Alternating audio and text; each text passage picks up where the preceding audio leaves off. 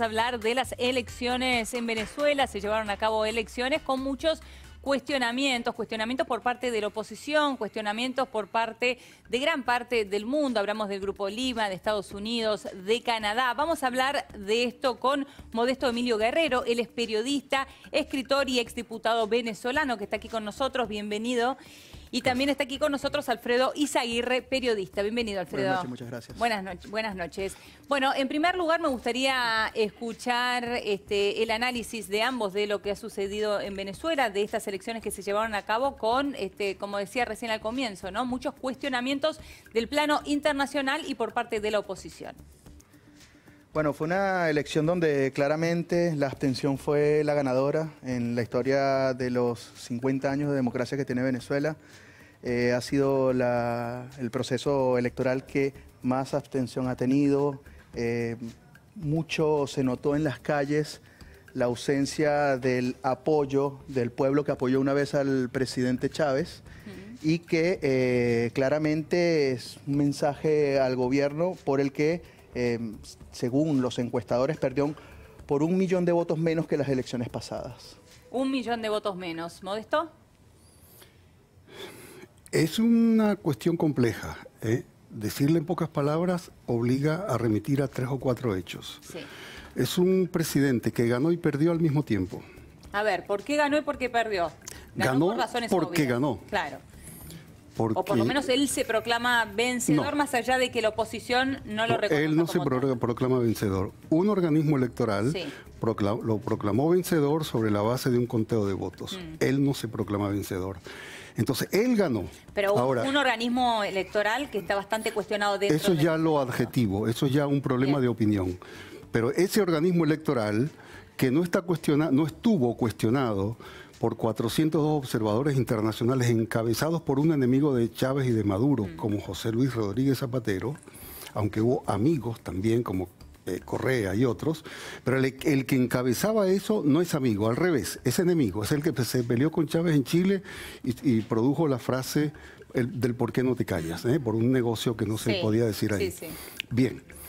Entonces ahí ganó. Ahí ganó. ¿Qué perdió? Lo que él dice correctamente. Perdió 1.211.000 votos respecto a la masa de votos del año 2015. O sea, 1 millón se presume, porque si no es irracional, que 1.200.000 chavistas se negaron a votar por Maduro.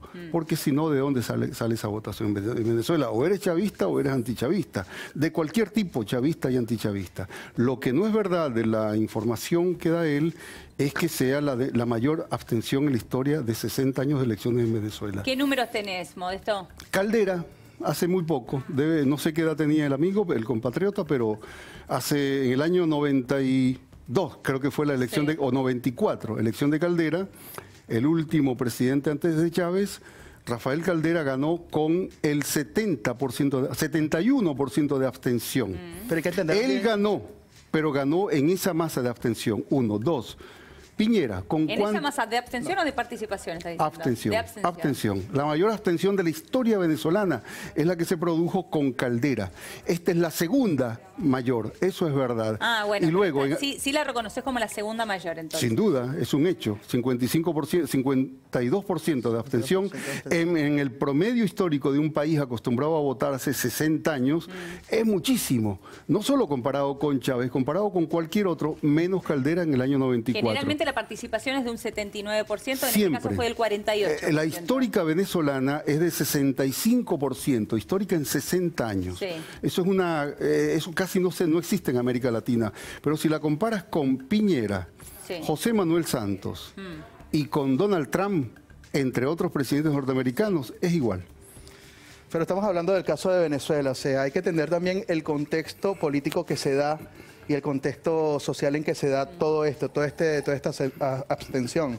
A ver, tenemos ya más de una década de chavismo, que ha socavado a la sociedad, por no decir la economía, por no decir las instituciones y por no decir la familia también, porque visto es que hay muchos venezolanos que han salido del país, hay muchos venezolanos que no les ha tocado fácil empezar en otro país, todo esto originado por un descontento social visto en toda la corruptela que se ha demostrado en las instituciones, incluso hasta en el mismo seno del chavismo. Bueno, porque una de las denuncias que hacía sobre todo la oposición con respecto a las elecciones era venta de votos, decían que se atrasó el cierre de los lugares de votación, bueno, entre otras cosas, ¿no? Denunciaron que se adelantó. Que se adelantó, perdón, que se adelantó el cierre. Sí. En 13 lugares denuncia el equipo de Henry Falcón y un equipo de Bertucci que se adelantó. Bien, recibió la señora, la jefa del CNE, recibió la queja o la denuncia. Es el Consejo Nacional Electoral, ¿no? Correcto, recibió, el organismo recibió la denuncia a través de 3 mecanismos que tiene, y el mecanismo dentro del Consejo Nacional Electoral resolvió en más o menos 40 minutos el problema de los, así como resolvió el de los 11 puntos rojos, que son sitios de propaganda, que en Venezuela, por tradición electoral y entusiasmo electoral, lo hacen todos los partidos.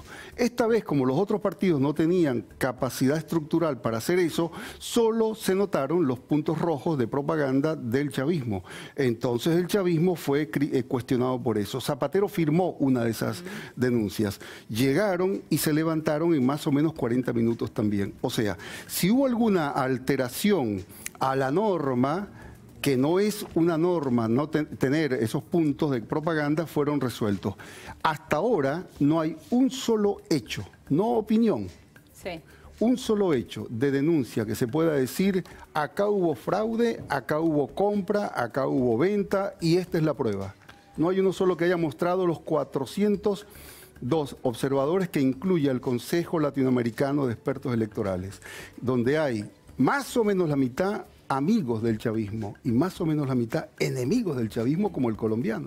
Pregunto yo, y disculpa, ¿y dónde quedan los procesos irregulares que vinieron antes de los comicios, como cedulación express a extranjeros, habilitación a votar a personas extranjeras que no cumplían los años de vida en Venezuela para poder nacionalizarse y poder votar? Eso también son irregularidades que se presentaron antes de los comicios. Antes de los comicios. Sí, señora.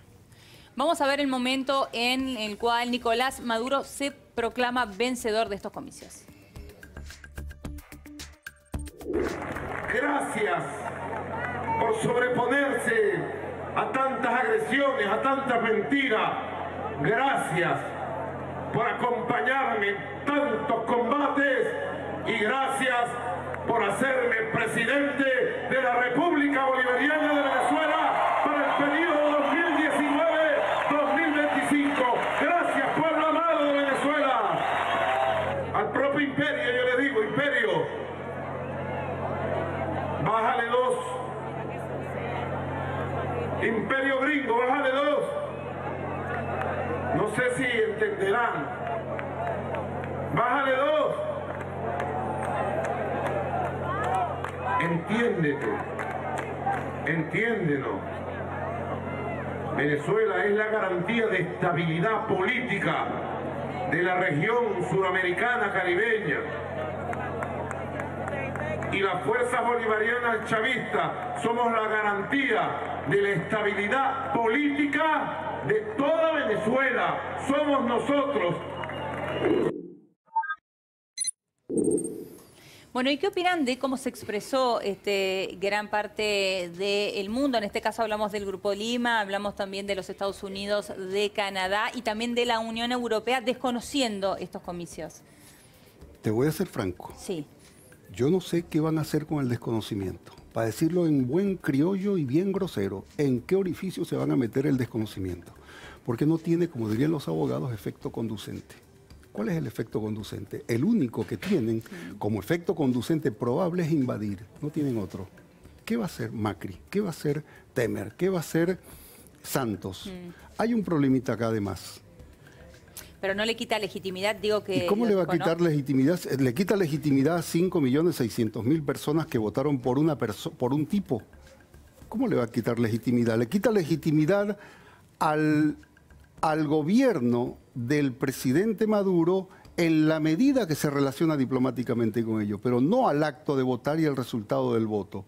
Más legitimidad tiene México que Venezuela? Esa es la pregunta que nos se hace el Grupo de Lima. En México hay 80 candidatos asesinados y 120 retirados por miedo. ¿Eso es más legítimo que en Venezuela, donde no se rasguñó ni una viejita? Le resta legitimidad, porque preguntemos quién es el gran ganador en estas elecciones. ¿Maduro? No. ¿El pueblo? No. ¿La Asamblea Nacional Constituyente? ¿El Consejo Nacional Electoral? ¿El Tribunal Supremo de Justicia?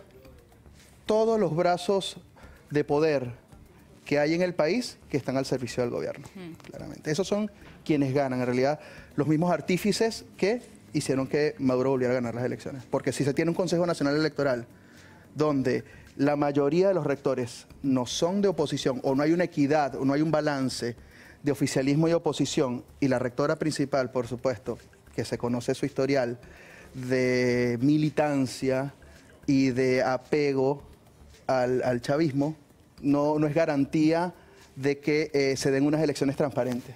Ni de parte del árbitro, ni de parte del organismo. O sea que sí crees que esto le quita legitimidad. Más que legitimidad, respeto, credibilidad y seriedad a lo que es un país como Venezuela. Ahora, Alfredo mencionaba la situación también social que se vive en Venezuela. Me gustaría escuchar tu opinión, Modesto, con respecto a esto. Que seguramente es la misma que él.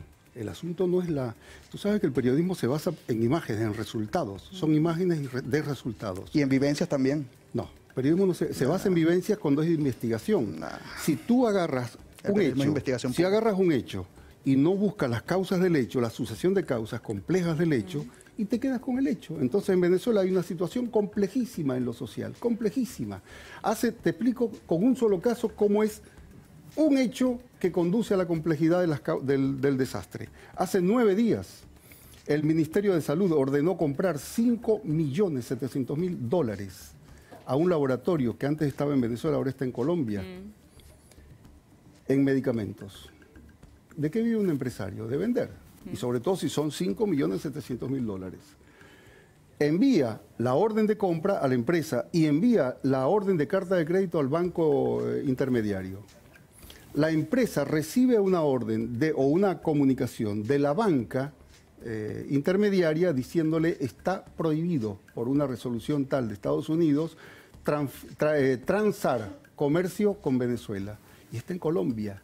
Es un error del gobierno venezolano, de Maduro, o del ministro de Salud, haber querido comprar, haber intentado comprar a un laboratorio que se había ido de Venezuela y que estaba en las manos de Norteamérica.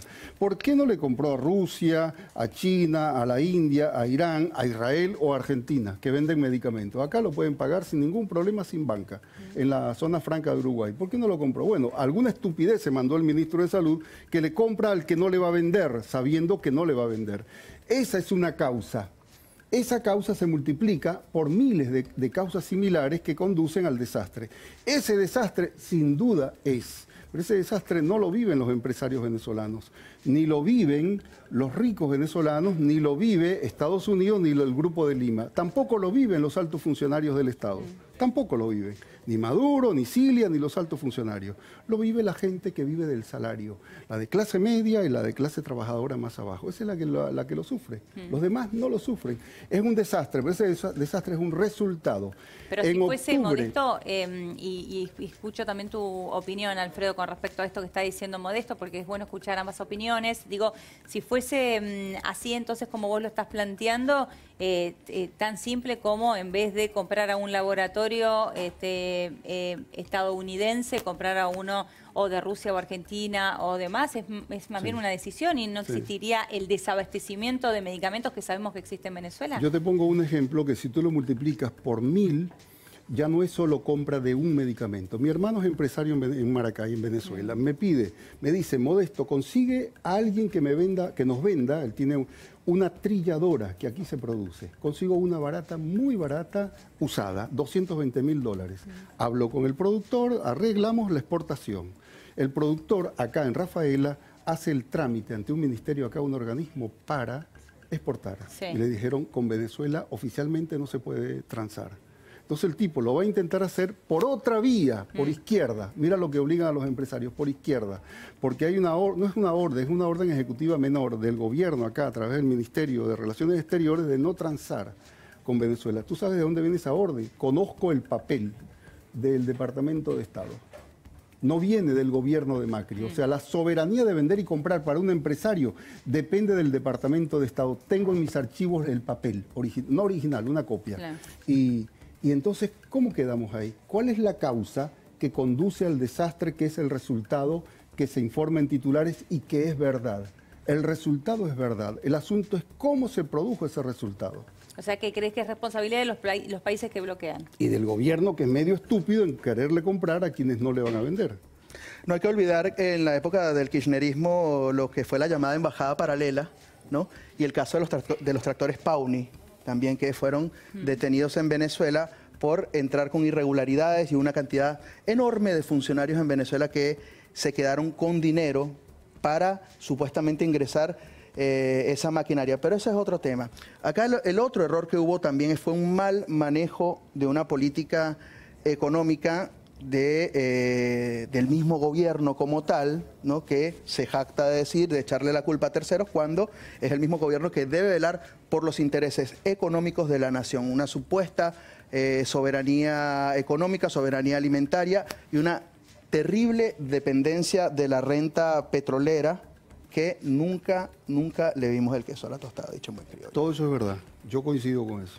Bueno, con Porque esta... el gobierno colaboró Sí. con su inoperancia y su incapacidad para tener mano dura con los especuladores, negociadores, gestores y empresarios monopólicos, algo que probablemente, no lo sé porque está muerto, Chávez sí se hubiera atrevido, y Maduro, que es contemporizador, siempre fue amigo de los empresarios y bastante blandengue, no se ha atrevido hasta ahora, por ejemplo, a evitar el colapso comercial con una sola medida, que se aplicó acá y en 3 países más en la historia del siglo XX, que es el control absoluto, estatizado del mercado, del comercio exterior y de la banca, que es su vinculación. Con eso, hoy no habría un solo producto que no entre o que no salga de Venezuela. No hizo eso porque no es capaz de hacer eso. Yo creo que Chávez lo habría hecho, no lo sea, murió, no hay forma de saberlo, pero eso hubiera impedido. Esa es otra causa, pero es una causa que colabora o coadyuva al desastre, que no nace ahí, porque no creo que un gobierno sea suicida para hacer ese tipo de cosas y suicidarse. Bueno, si no lo hace en los próximos 2 años, en que no va a haber un solo proceso electoral en Venezuela, no tiene ninguna justificación para no hacer por lo menos eso. Lo estructural que él planteaba tiene razón, es un problema de 77 años, la burguesía venezolana dejó de producir... Que se agudizó en los últimos 18. Valga decir. Bueno, eso sí es opinable, pero es verdad que nunca se resolvió, incluido los últimos 18 años. Pero 77 años, la clase dominante venezolana jamás quiso producir o vender porque tiene petróleo y un Estado que le regala la plata del petróleo. Entonces, eso es el fondo del problema. Me quedo con esta coincidencia. Muchísimas gracias, Alfredo. Muchísimas gracias, Modesto, por estar hoy aquí. Vamos a ir a una pequeña pausa en Café de la Tarde.